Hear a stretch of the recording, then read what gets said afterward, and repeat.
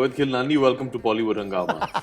I think we should start with that. Right, that's also absolutely correct. Thank you very much. Work is the same, interviewing you, and such a pleasure to get your time. Thank you so much for doing My this. pleasure. Abhishek, I've interviewed you from the start of your career. That Yeah. was the start of my career also. Yes. Today when you go on a set, when you do promotions, what has changed and what is the same? Well, 20 odd years later, we're still sitting here doing interviews with the same amount of enthusiasm. Right. And I think that's the most important, that we still love doing what we do. Criticism has changed. There were just 5 critics and 5 newspapers earlier, and Sure, maybe 1 or 2 sure. channels. Now there's a world of Twitter telling you what's good, what's not. Yeah. What all do you pick? Who all do you pick? I think you should pick everything because everybody's opinion counts. This advice came from your dad? Yes, I mean, he said, keep it there and read it every day and go out there and prove them wrong.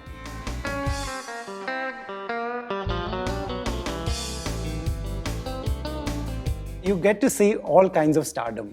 Your dad's is the most natural and organic, people coming outside to wish him. Now there's someone as young as Navya doing podcasts with your mom and her mom. What do you pick from this? Do you enjoy watching both these? Don't look upon it as stardom, we look upon it as our work. Right. And I think that's where the focus should be.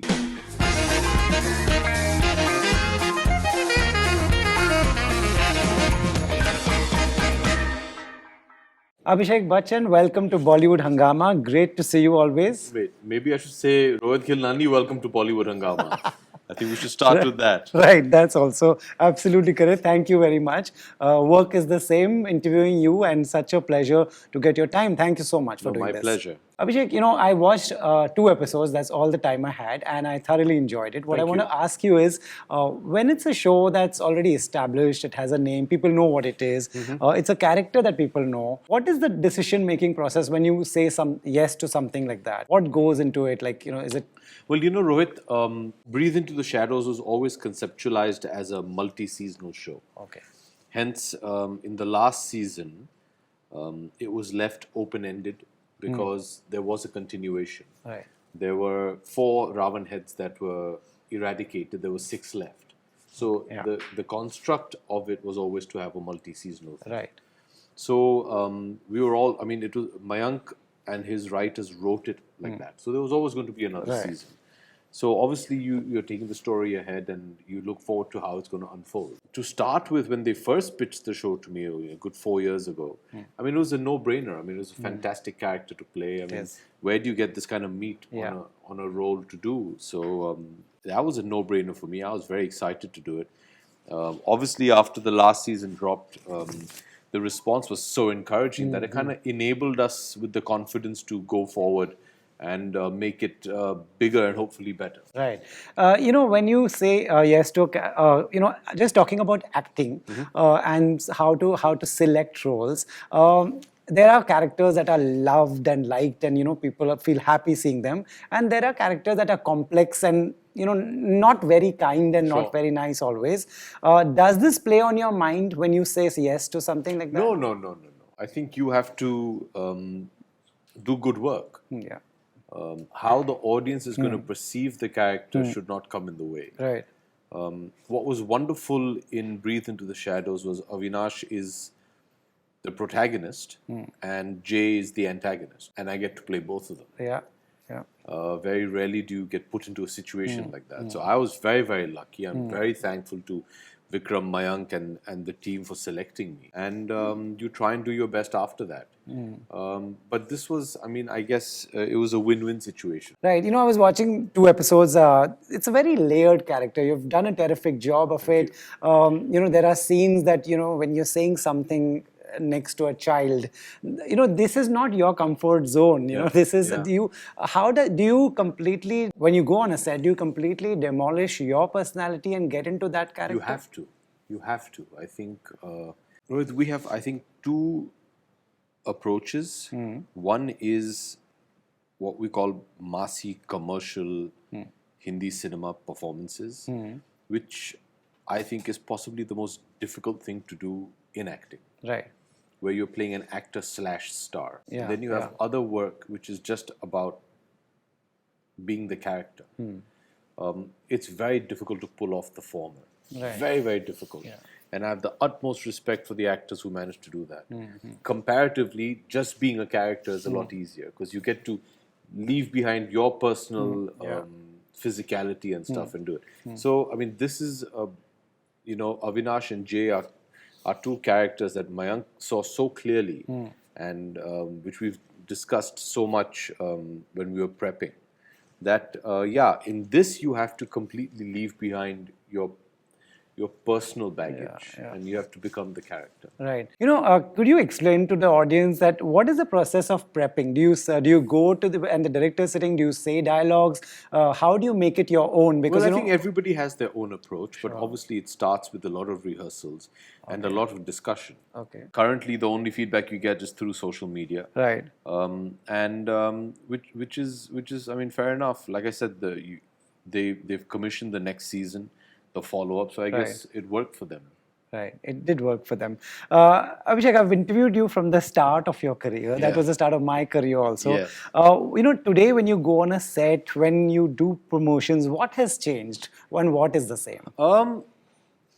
I think there are a lot more people nowadays. I mean, when we all started, there was one cameraman and you, and they were called Tic Tacs in those days. Right. And that was it. Today, it's become a lot more professionalized in that sense. There's lighting, there's proper sound, all of that. Sets, I think we were all part of guerrilla warfare at that point of time. Right. That's all that's changed. I mean, I'd like to believe, and I find it very reassuring that 20 odd years later, we're still sitting here doing interviews with the same amount of enthusiasm. Right. And I think that's the most important, that we still love doing what we do. Right. You love doing what you do. There are different people enter this industry for different reasons. Some actors love movies, some actors love acting, and some want the fame. What is your reason that keeps you going? What do you want? It's a bit of everything. Okay. And as it should be. I've always told anybody who has ever asked, don't let anybody ever convince you that this is not the reason why you should be there. If that reason works for you, then that's your reason. Should be your reason. And make it work for you.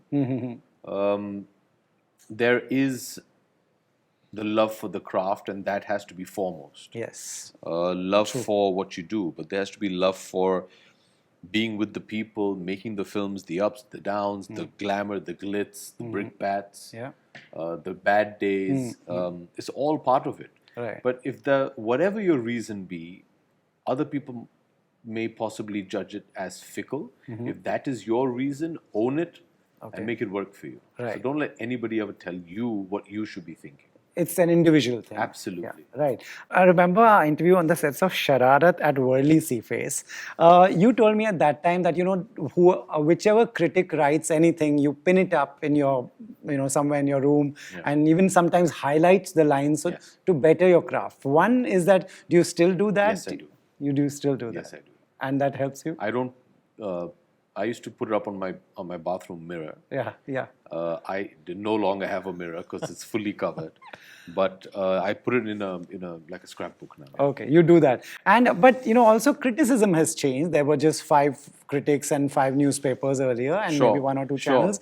Now there's a world of Twitter telling you what's good, what's not. What all do you pick? Who all do you pick? I think you should pick everything. Because everybody's opinion counts. Right. Everybody is your audience. And you should want to please everyone. And you said this advice came from your dad? What? To pin up and take out the review. This is what, that's what you... Yes, I mean, he said, keep it there and read it every day and go out there and prove them wrong. Use that as inspiration and impetus to prove them wrong. I took it a step further and made it out to be like, okay, they're telling me how to improve myself.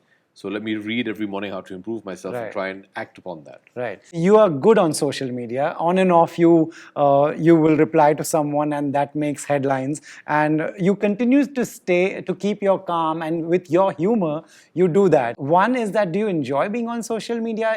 I love it. Yeah. I absolutely love it. I mean, I've been on social media for a very, very long time now. And I thoroughly enjoy the access to the audiences. I thoroughly enjoy the give and take and the repartee and the exchange of ideas. And once in a while, you enjoy a little bit of banter. Right. How serious you have to take it is dependent on your mood. Sure. Sure.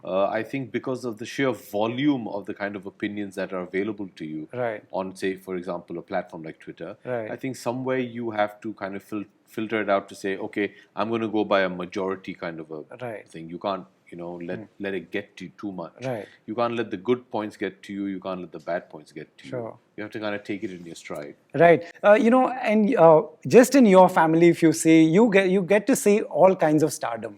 Your dad's is the most natural and organic. People coming outside to wish him. Now there's someone as young as Navya doing podcasts with your mom and her mom. What do you pick from this? Do you enjoy watching both these? These are such different ways of. We don't look upon it as stardom. We look upon it as our work. Right. And I think that's where the focus should be. The stardom and the fame. perks and all that are all byproducts of the work that you do. Right. And if what you're doing is not good enough, none of this is going to happen. Sure. Yeah. So that's actually never even been a discussion Crossed at your home. mind. It's all about do the best that you can do. Right. Yeah. Right. Great. This looks great.